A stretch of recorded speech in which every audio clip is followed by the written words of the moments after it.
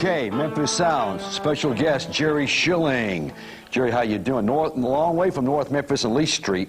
And we're still best of buddies. Jerry was a dear friend of Elvis's. Jerry also managed the Beach Boys. He managed Herman's Hermits. He managed Jerry Lee Lewis, managed Lisa Marie Presley, and the list goes on and on. But Jerry, how did you get with Elvis? That's a good story.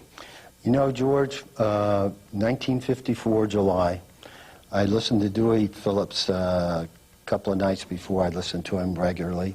I was 12 years old. I went over to Dave Wells Community Center, Guthrie Park, on a Sunday, a couple of days after Elvis's record had been played. And there were 5 older boys trying to get a 6th person. This is how unpopular Elvis Presley was in 1954. And one of the older guys, Red West, said, he knew my brother and everything, and he said, "Jerry, you want to play with us?" I was a grade school. I said, "Yeah, great. You know, get to play with the older guys." Red was kind of the hero, because he was the big football player and all that. And I get in the huddle, and I'm looking like this, and I realize the quarterback is Elvis Presley, the guy I just started on, and that's what started. That started, yeah, it was a long journey. Long, 23 years. You know, Jerry, you were with Elvis. It was a very historic moment. And it was made into a television show. It's been a book out on it. So if you can just give us the Reader's Digest version here on Memphis Sounds, the Nixon story, President Nixon and Elvis and you.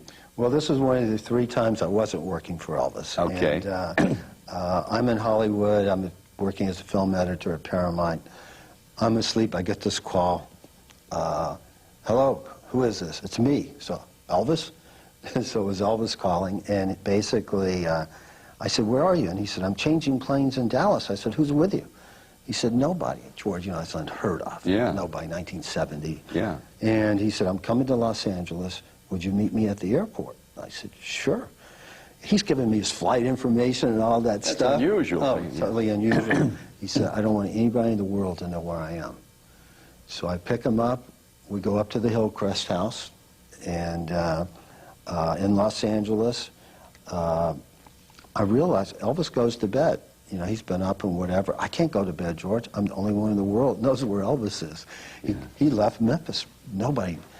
And next day he gets up, we have coffee, we catch up. We hadn't seen each other. It was one of those great moments, days that you spend with Elvis. And then I had to be at work Monday morning. It's Sunday night, and he said, "I need you to come to Washington with me." I said, "I can't." You know, Elvis is pretty hard to say no to. And we're on an all-night flight. We get to Washington, D.C. He writes a letter on the plane, you know, and asks me to proofread it. It's a letter from Elvis Presley, the President of the United States. Beautiful letter. You know, it's a really American story. Yeah. And I said, "Elvis is great just the way it is." We take it to the White House.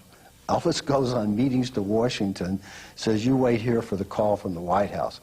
George, we've read a lot of Howard Hughes books. I thought I was going to be there a long time. 30 minutes later, I get a call from Bud Eagle Crow. President Nixon has read Mr. Presley's letter and wants to see him in 20 minutes. Wow. I called Elvis at the DEA administration, and he was really down because he couldn't get this badge. And I said, "Elvis, the president wants to meet you in 20 to 30 minutes. Here's the kind of friend he was, George, as you know. Anybody else would have beelined it to the White House. He said, "Jerry, you stand in front of the hotel. I'm going to swing by and pick you up."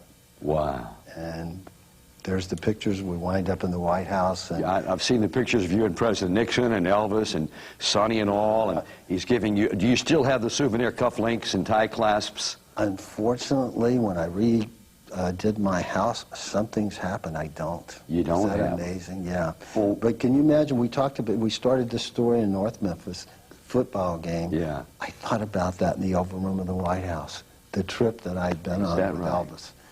You know, from Dave Wells Community Center, Guthrie Park, to the Oval Room of the White House. Awesome story. Jerry, good luck on the book. I know it's still out there selling. Me and a guy named Elvis. Good luck with that, and we'll see you down the road. Love you, George. Jerry, same here. Jerry Schilling on Memphis Sounds with George Klein.